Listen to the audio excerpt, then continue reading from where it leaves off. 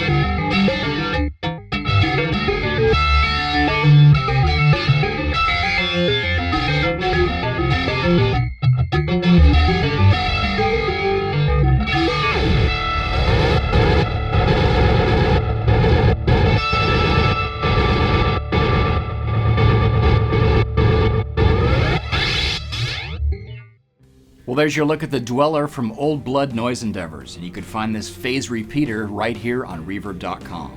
Thanks for watching.